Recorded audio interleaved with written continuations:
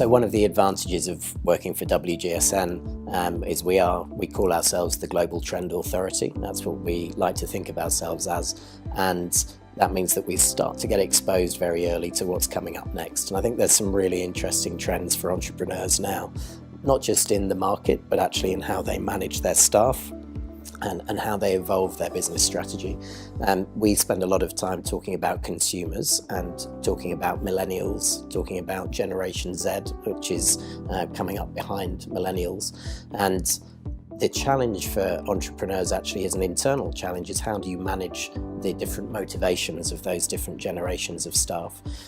So millennials are very well known to be a very different type of person that you need to manage in an organisation compared to people of other generations. And Generation Z coming up behind millennials will be different again, because to some extent they're rebelling slightly against how they perceive millennials to behave, and they want different rewards from working in organisations. So traditional models of reward, for example, in businesses where you just pay someone a bonus and expect them to be happy, that's starting to change. And actually some of the millennial and Generation Z that we're seeing coming through now, and this is a real challenge I think for all business leaders, are motivated by different things. Motivated in particular Generation Z by what's a company's policy for how it's interacting with the environment.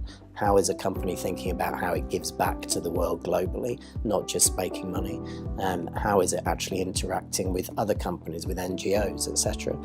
So I think the challenges for businesses and business leaders, whether they're entrepreneurs or in larger organisations, is to think about the total proposition that they're making to their staff, and not just to think about paying a certain amount of money and paying a bonus, because it's a lot more than that for the emerging generation of future employees. So that trend is fundamental as we think about internally how we're managing our businesses, but obviously then externally as well in terms of how we're messaging to consumers and to other businesses that we're serving, and how we start to articulate the product that we've got or the proposition that we've got. There's lots of examples that in WGSN we see now of companies actually explaining the end-to-end value chain, not just of the product that was created, but how it was made, where it was made from, who was involved in the process, was the product sustainably sourced, for example.